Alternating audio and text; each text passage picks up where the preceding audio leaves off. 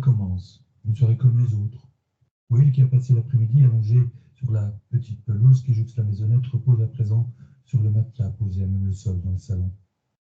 À plat ventre ou sur le côté, il semble dormir. Je le caresse doucement, longuement, m'étonnant de son inertie. Ne lui ressemble guère. Pourquoi, comme à son habitude, ne se retourne-t-il pas pour m'offrir son ventre, pattes relevées et repliées? Il est couché sur le flanc. Je le caresse lentement. Il ne bouge pas. Je choisis de le laisser comme il est, en ce repos tranquille.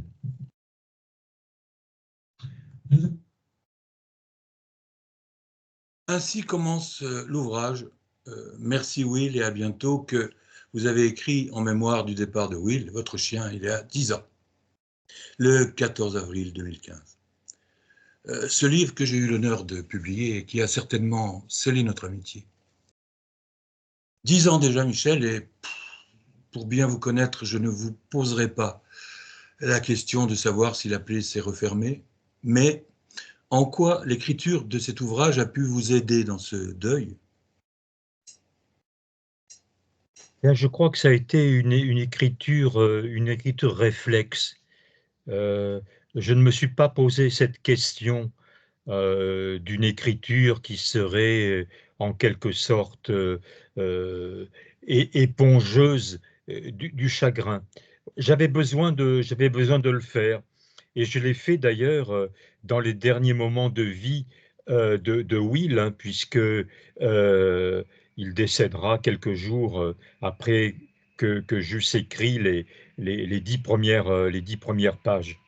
Alors, ce qui est assez curieux, c'est que quelques mois plus tard, je me suis dit, mais qu'est-ce que je vais ressentir dans 10 ans?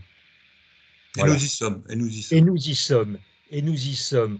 Alors, ce qui est assez curieux, c'est que j'éprouve à la fois euh, une tristesse, mais une tristesse contenue, hein, et un apaisement, parce que le temps a passé, les souvenirs agréables sont remontés.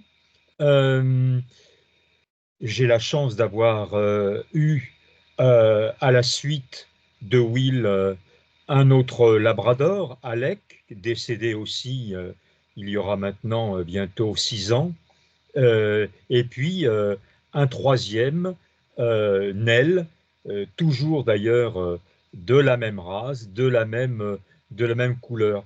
Voilà, donc quelque part, ils assurent un peu la continuité, hein. Ils épongent à leur manière, bon, cette disparition qui reste évidemment une tâche profonde. En Voilà. fait, ils sont un peu comme des échos. Tout à fait. Je crois qu'ils incarnent la continuité de la vie, hein, et une rupture finalement maîtrisée, adoucie entre la mort et la vie. Et vous savez, je pense que c'est très important d'exprimer ça, Michel, parce que pour côtoyer et pour avoir été moi-même victime, on va dire, quand même, de la disparition d'animaux de compagnie, de compagnons auxquels on s'est attaché pour des raisons rationnelles, irrationnelles, plus qu'à d'autres. Certaines personnes, après la disparition de ce compagnon, décident de ne plus jamais prendre d'autres compagnons. Et vous êtes en train de démontrer qu'en fait, ça peut être... On ne va pas parler de solution parce que ça serait un peu décalé, mais c'est une bonne chose de continuer toujours. Voilà, ce qui me permet de dire finalement, à partir de ce que vous venez de préciser, euh, c'est vrai que l'hommage de ce matin, c'est l'hommage à tous les animaux disparus. On est bien d'accord. Et j'ai envie de dire, pas seulement disparus physiquement, mais disparus dans la nature, hein, ceux qui se sont enfuis ou qui ont été kidnappés. Je dois dire que c'est la chose la plus terrible à laquelle j'ai toujours pensé du vivant de Will, hein, le laisser devant un magasin accroché à un poteau et ne pas le retrouver à la sortie. Et là, j'ai une très très grande compassion pour toutes ces personnes qui attendent désespérément le retour d'un chien ou d'un chat, qui sont souvent ceux qui disparaissent le plus facilement et le plus rapidement. Mais Donc, de leur gré ou enlevés. on reviendra sur toutes ces questions animales parce que, bien évidemment, nous avons des projets dans ce domaine et que cette cause nous est chère, cette cause commune nous est chère à tous les deux, bien évidemment. Mais une chose importante, une chose très importante aussi que l'on peut constater, que vous avez pu constater, que j'ai constaté, qu'il est tellement difficile dans notre société de parler du deuil d'un animal, parce que pour certaines personnes, vous allez tout de suite trouver la bonne fréquence sans aucun souci, mais une part notable de personnes vont vous trouver ridicule, vont dire, mais après tout, c'est qu'une bête, pourquoi se mettre dans un état pareil?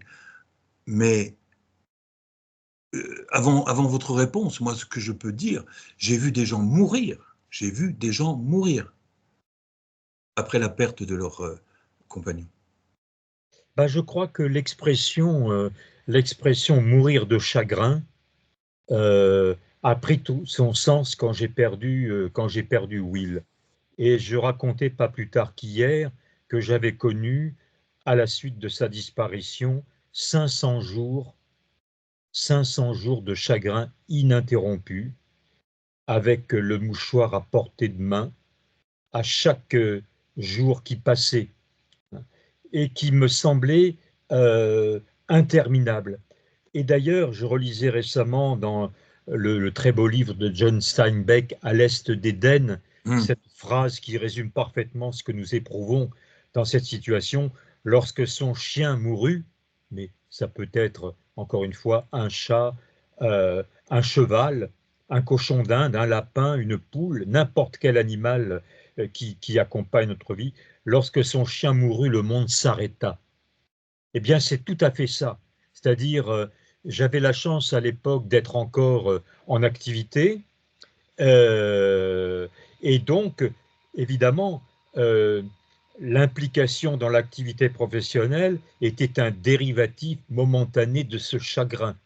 Donc, ça le tenait à l'écart, euh, le temps, évidemment, des heures de travail. C'est d'ailleurs le conseil que j'ai donné à beaucoup de personnes quand j'ai installé, il y a 2, 3 ans, une ligne téléphonique pour venir en aide aux personnes en grande difficulté suite à la disparition de leur animal. On aura l'occasion d'en reparler, mais je précise que les personnes que j'avais en ligne, c'était des personnes désemparées, de vieilles dames généralement, Oui.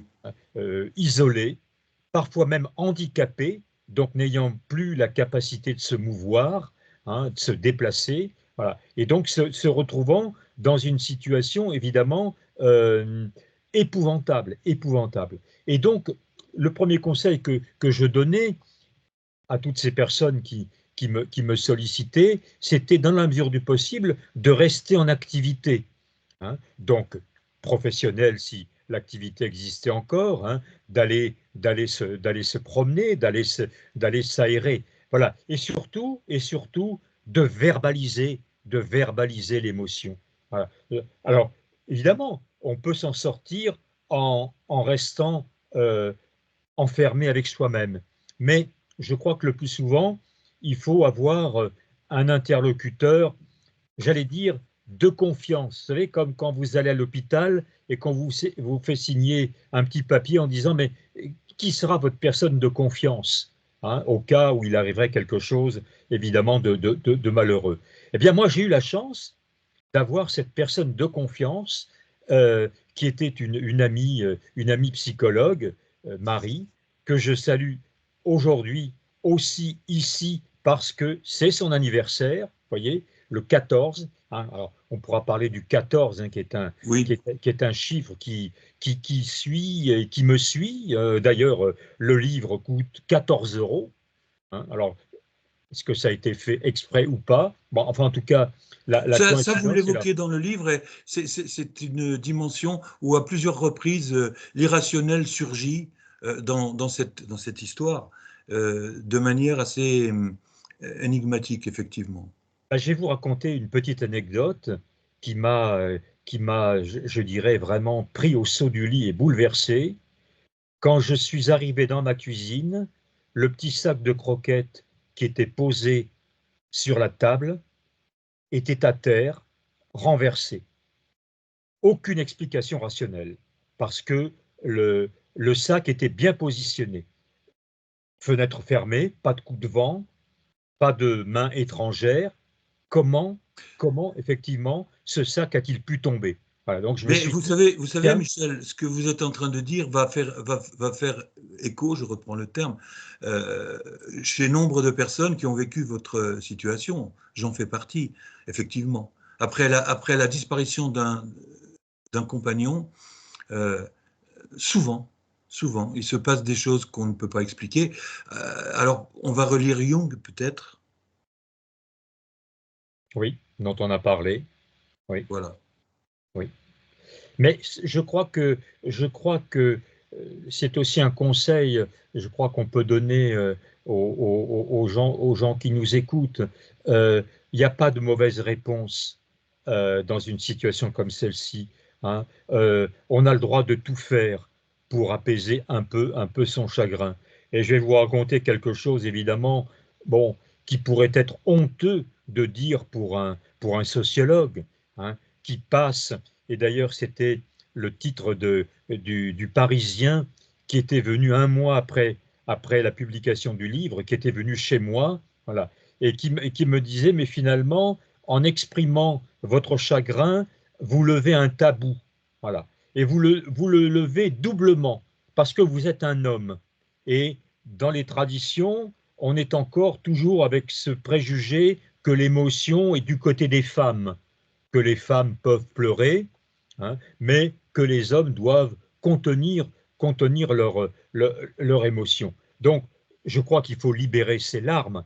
Il ne faut rien retenir du tout, hein. Les larmes, elles ont une fonction biologique particulière, donc elles sont une réponse à une déstabilisation corporelle et psychique, donc il faut laisser aller. Alors là où il y a eu effectivement, parce que j'étais désemparé, hein, vraiment désemparé, au point que je n'arrive même pas encore à comprendre aujourd'hui comment j'ai pu me retrouver dans cet état. Alors, si peut-être en ayant oublié que l'animal, comme tout être vivant, était mortel, j'avais tout simplement oublié qu'un jour, Will disparaîtrait. C'est-à-dire que ça ne lui était même pas à l'esprit.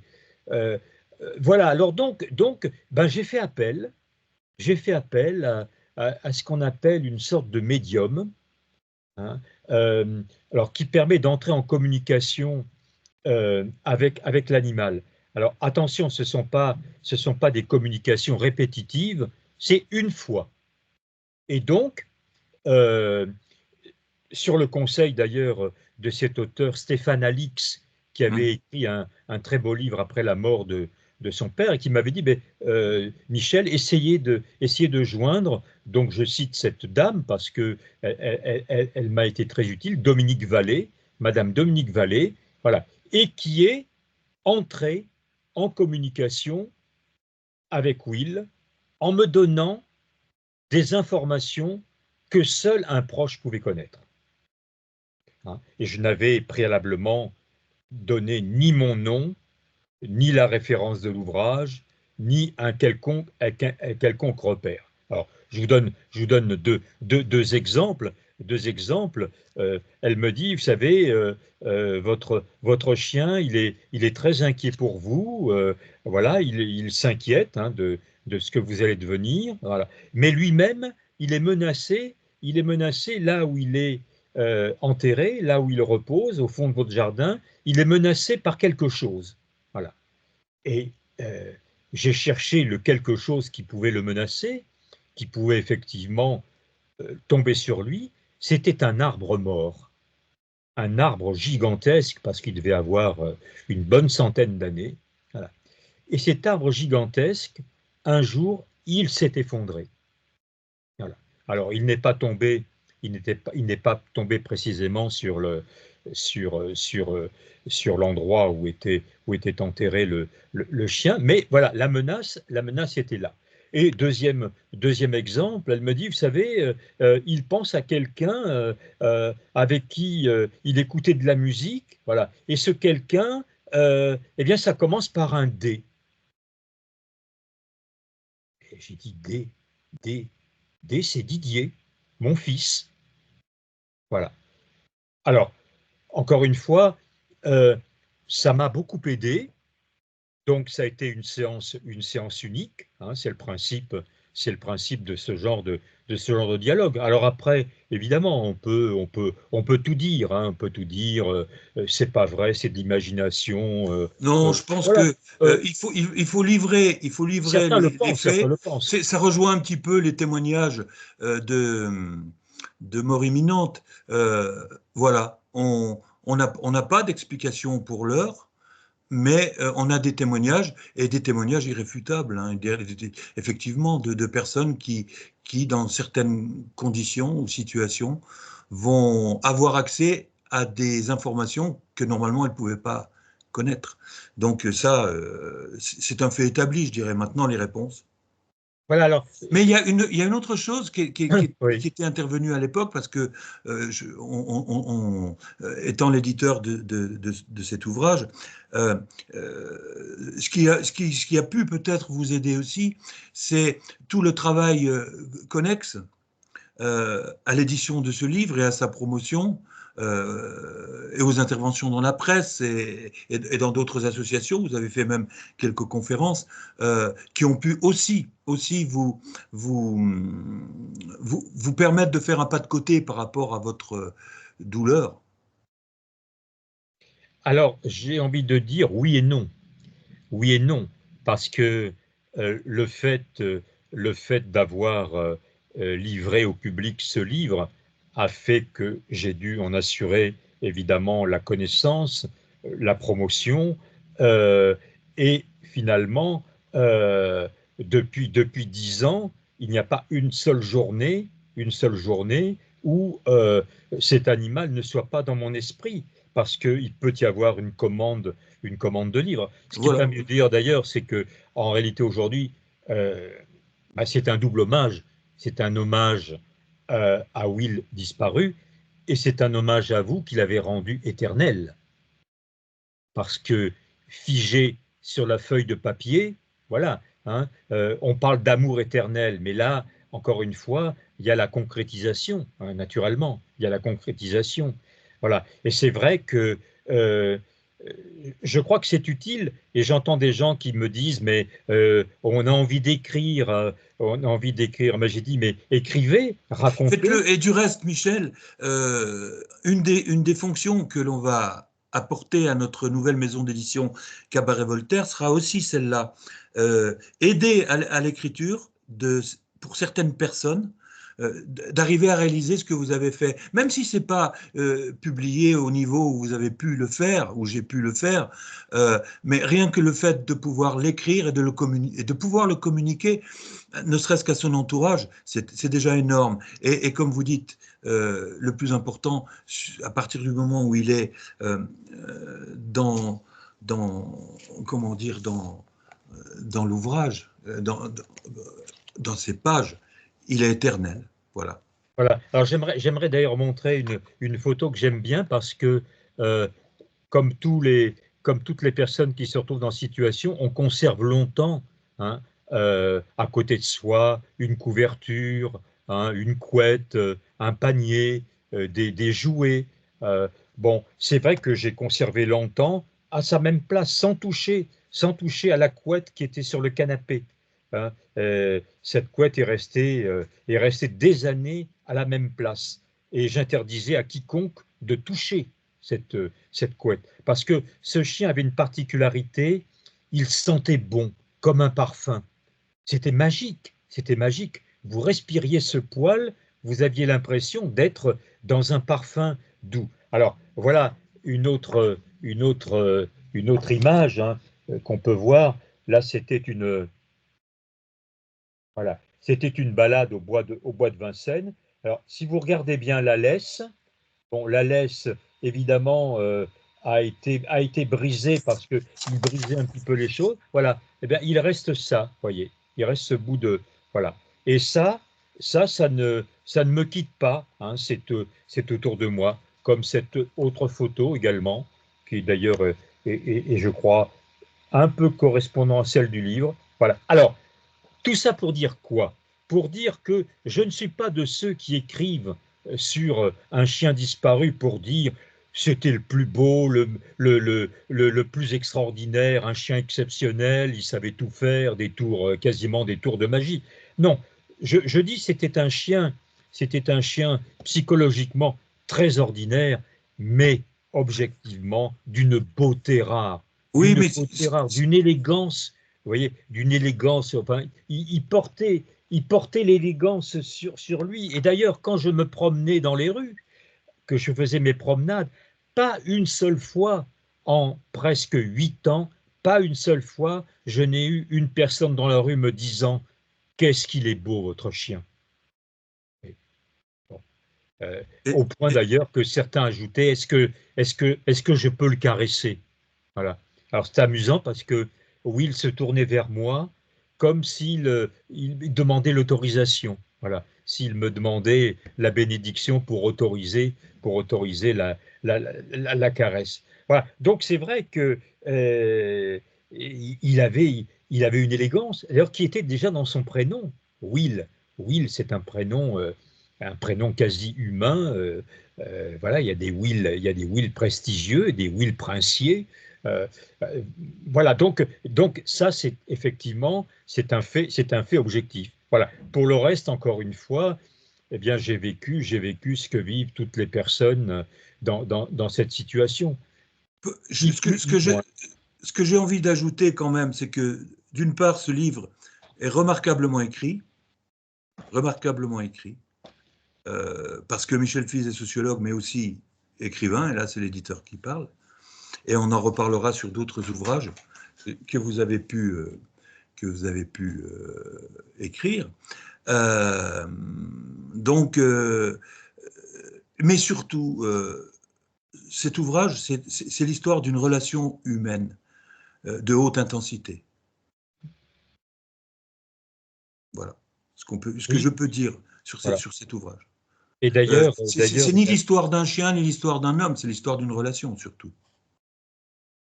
oui, c'est l'histoire d'une relation unique, hein, comme vous l'avez vécu avec Boris, Avec votre Boris, mon chat, chat, comme notre ami Loris l'a vécu avec son avec cheval, un oui. cheval qu'elle a perdu aussi dans des conditions bon, douloureuses. Et que vous allez retrouver ce soir, je crois, pour une émission. Voilà, alors que je vais retrouver sur Résistance et Liberté Voilà. à 21 heures. Alors j'en profite pour montrer à l'écran parce que vous en êtes aussi l'éditeur, hein. C'est ce livre qui s'appelle Le Retour de Will. Voilà, qui a été aussi une manière de contrarier un petit peu ce chagrin, hein. Eh bien, là, je suis entré dans la fiction. Donc, je suis reparti le 14 avril.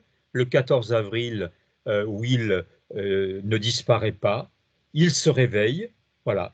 On repart faire un tour à la rivière, puisqu'il est mort dans Lyon, à Avallon. Voilà. Et donc, une fiction qui m'a permis d'évoquer un certain nombre de thèmes on abordera dans des émissions ultérieures, hein, sur évidemment l'intelligence des animaux, la conscience du temps, la conscience de la mort, bon, toutes sortes de choses qu'on met de côté comme si, par définition, hein, au nom de l'anthropomorphisme, il ne fallait surtout pas dire que les animaux sentaient un petit peu. Ah, euh, mais Michel, Descartes a fait beaucoup de dégâts dans ce domaine. ah oui, oui, les animaux machines, oui. Mais heureusement, à la même époque, il y avait aussi des contemporains, hein, qui avaient une vision complètement différente, hein. Je Oui, pense surtout en à- Allemagne, du reste. et je crois que John Locke aussi, hein, Et en Angleterre, oui. l'anglais, hein, avait une vision, voilà, parce qu'il ne s'est pas fait que des amis chez ses contemporains en tenant une pareille absurdité. Hein, l'exception française, Michel, l'exception française. Oui, exception française, oui, absolument. Alors, pour conclure,